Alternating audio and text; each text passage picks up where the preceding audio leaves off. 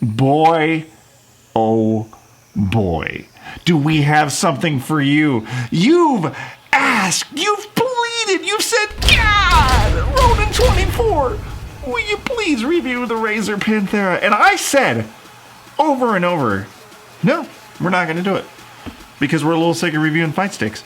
But then I thought, boy, that's a sexy fight stick. Let's review it.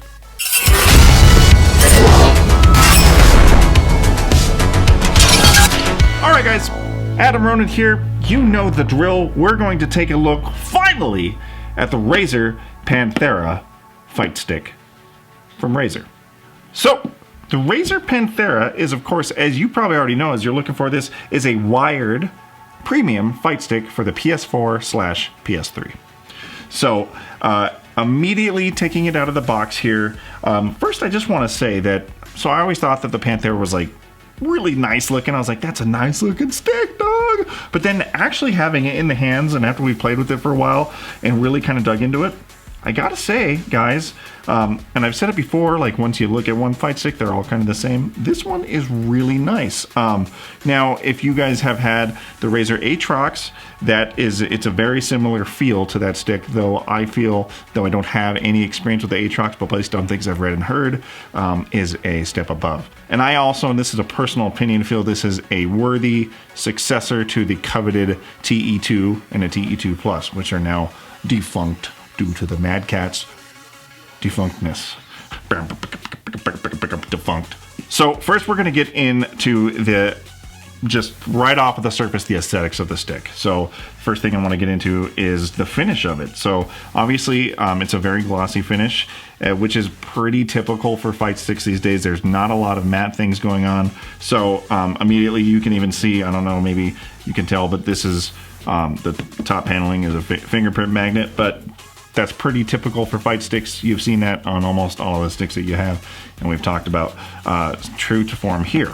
In doing the comparisons to TE2s and TE2 Pluses, I actually am a big fan of this top plate. It's super firm and stable, whereas if you recall with the TE2s, it's like, it's like a trampoline, like bounce, bounce, bounce. But this is like super firm. There's a good weight to this, and you really just feel immediately on grabbing this, you're like, dang, that is quality. This is premium quality right here. So getting into that weight a little bit, I would say this approximately weighs about 10 pounds, and attributing to that is the metal or maybe aluminum casing, which is just really slick and just girthy feeling. You know what I'm saying about that girth? So we'll kind of get into the button features here. Obviously, you've got your start and select or options and share on the side here. Your standard face buttons, 8-button layout here. Your switches between PS3 and PS4, which if I can just really just add in really quick, I am in love with the switches. I don't know, there's something about them that's really just satisfying to switch back and forth. They're nice metal flip switches. I'm a big fan. Up here you've got your L3, R3, and of course your PlayStation button and your touchpad here, which is nice. It's nice to have for your resets and stuff, depending on what game you're playing. Speaking of buttons, of course you have your 10 tournament style Sanwa buttons. These are beautiful, wonderful Sanwas that you know and love. The stick is also a Sanwa stick, but what I just was drawn to me about this that I really enjoy, it speaks to my childhood heart, is not only does it have its stock ball top, but it also comes with an optional bat top. While that's a really small addition, it's an addition that I appreciate because you never know what type of player you have right out of the box. Some could be really, into the old school 90s like MK games, much like myself, where you prefer a bat top. You might have your Street Fighter players, which of course gravitate to a ball top. It's really cool that they give you the option out of the box to have either or, and that sold me right off the bat. I was like, oh, I opened it up and I was like, look at that, there's a bat top. That's awesome. So super into that. Sanwa stick, which, you can go back and forth on the Sanwa stick depending on your tastes. Of course, we'll get into modability here in a little bit, but it comes stock with Sanwa stick and Sanwa buttons, which all, of course, are very moddable, which we'll also get into here momentarily. And when I say momentarily, we're talking right now, because this has, much like the TE2 before and such, a easy button latch here. Click that, open it up. which if we're comparing apples to apples, I'm obviously comparing to the TE2, even though, of course, defunct. I feel there's a much higher quality here. You've got this awesome bar that you've got here. The button click, nice and easy. And inside, for modability, easy access to all your buttons, plenty of room to work, nice color coding for the wires, easy access to your joystick. And if you really want to get deep with modding, it's got this awesome honeycomb design down here for easy screw-ins if you want to put in different PCBs and stuff. Great areas for your storage. Of course, you've got your cable that's nice and tucked in and right here. And as I was mentioning before, awesome little bat top that they threw in there for you. And places to keep your tools. What more could you ask for inside of a fight stick? If you're modding, this is perfect for your modding capabilities. So inside modability is magnifique. But however, if you are an artistic guy, much like myself, you close this, you want to mod your art, things are maybe a little bit less than satisfactory because there are no screws here. The artwork and the glass pane or the plastic plane on top is glued on. So you're gonna have to maybe go through some extra measures to change out your artwork, reminiscent to me like the Hori Rep 4 and such. So it's not very art mod friendly, probably because they're like, our logo's sick, keep our logo. It's sick, and it's cool, I guess, but I would rather put something of my own style there to match the sweep buttons that I would put in there, and however, I would feel that would be a little bit difficult to do, which is a mark on me because I'm a big art guy.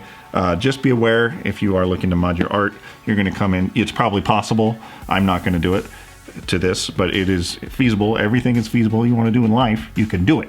You're just gonna have a little bit more tougher time than you did on the TE2. The cable, we have a very nice screw-in USB cable with rules. So this is a 5-pin screw-in cable, very reminiscent to, again, what was on the TE2. Awesome threaded finish here. I'm actually a big fan of this cable. It just screams quality and a just robust. You know, you're not going to mess up this cable. It's nice. It comes in at 9.8 feet, 3 meters, so you got almost 10 feet there. Plenty of room. Pretty standard for your old fight stick cable in terms of length and functionality, but it does feel, compared to other fight sticks we've messed with and reviewed, I don't know, there's something about it that just feels really nice. Like I just want to just wrap someone up with this and strangle them to death. So when we're talking about the meat and potatoes of a fight stick, you probably want to know, how does it perform? What is the speed of the PCB? We're not that nerdy when it comes to the technologies of these things. We did do some tests in comparison with TE2s. Now, however, the TE2 that we tested it on, PS4, we did mod with our own Brooks PCB board, so I can't test it with a standard stock TE2, but they are very comparable in terms of speeds, almost identical, I would say, in terms of our rudimentary tests that we do with all of our fight sticks. Just same button, and they all came out at almost the same speeds. Occasionally there were some differences, but that could have been human error. So I would say you could be comfortable with this PCB. Of course, I keep in mind, everyone, I come from an extremely casual perspective here. We'll get into how this fits into the tournament scene here in just a moment. But when I'm coming into things in terms of lag, that kind of stuff doesn't bother me. I don't compete a whole lot. I guess you could say collect fight sticks in a sense, since we have so goddamn many of them. And, you know, we play them occasionally on the couch, me and a buddy, me and Gordy, me and Timmy, me and Jared. And so the lag isn't always a big deal to me, but I know it's a big deal to you. So just know you can feel comfortable that the PCB, in my opinion, is decent. So one thing we've been talking about lately is, like, when we talked about the 8-bit DOE wireless stick, like, who are these sticks for? What is the market for these? Where the most recent one we did was the 8-bit DOE NES Switch stick. That is most certainly for a casual player at home on the couch. This stick is aimed more towards your hardcore tournament goer, road warrior, weekend warrior type of fighter. You know, this is obviously, there's huge endorsements, like some of your fighters like Infiltration, who won EVO 2016. So you know that, you know, the endorsements on these are huge. This is most certainly a tournament ready fight stick, and you're gonna see tons of them. If you're watching this and you're already a tournament goer, you've already seen tons of them at your local fight nights and Evo and Combo Breaker and stuff like that. This is a very common stick, and you know, there was some problems with Razer before with like Momochi on the Aatrox a couple years ago, where that just failed on them in the middle of things, and I really feel like they picked up their game with this stick and brought out a really quality product compared to some of their earlier offerings. I know there was some, should I buy a Razer due to the Momochi incidents and some other times where Razers have failed.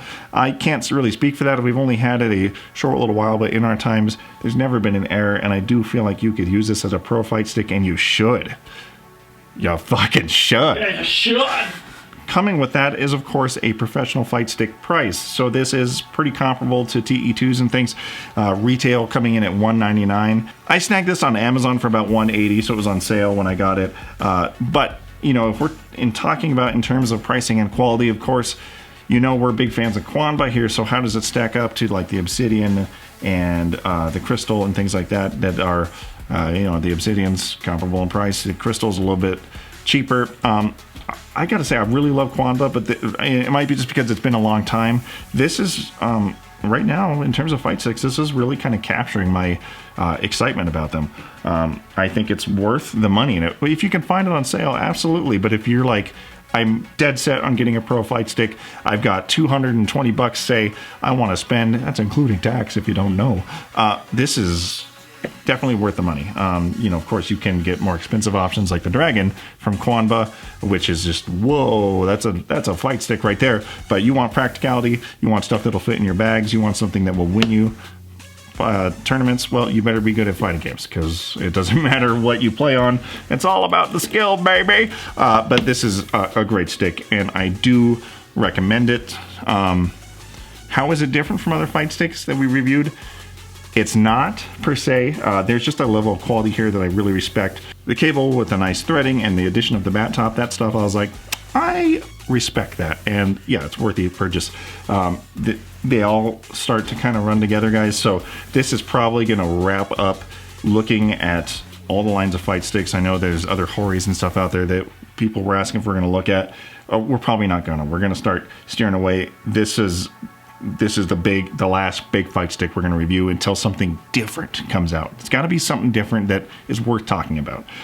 So anyways, guys, I don't really want to ramble on too much about this. It's a good stick. It is, for the build quality, for what it does, it's worth the money. If you've got it to spend, there are cheaper sticks out there that can call to your attention if you're just getting started. But if you're a veteran fighter, you're a veteran in the game, and you're ready to dig into something a little bit more sexy, I like it. But what I like more is you following us on Twitter and you leveling up your life by getting down on R247 metagame.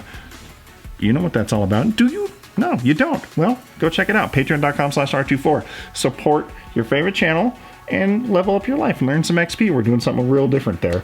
And guys, as always, as Boss Battle Gordy will tell you, subscribe. That was me mimicking Gordy. He was back there, but I was just mouthing it. You couldn't tell. You thought, oh my God, his voice just changed. Like it is right now. As he says... Pickles! And also...